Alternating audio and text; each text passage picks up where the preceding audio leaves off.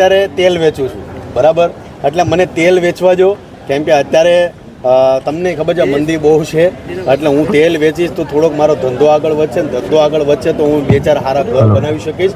બાકી કલાકારોને તો હું એટલું જ કહીશ, એકબીજા મળીને રહો. આ કાજુ લાવ્યો છું ખાસ કલાકારો માટે, મસ્ત ખાવ, તમે ખાવ.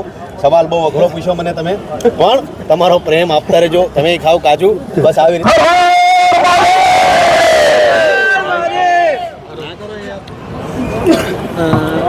વિક્રમ ઠાકોરની વાત વ્યાજબી છે? હા, હું એ જ કહું છું. હું અત્યારે તેલ વેચવામાં એટલો બીજું છું ને, આ પાછું કાજુ ખાવું પડશે તમારે.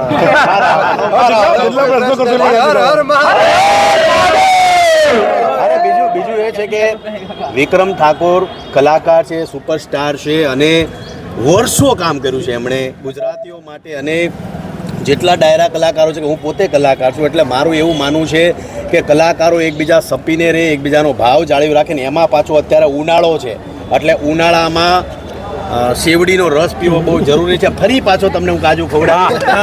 આ પ્રેમ જાળવી રાખો.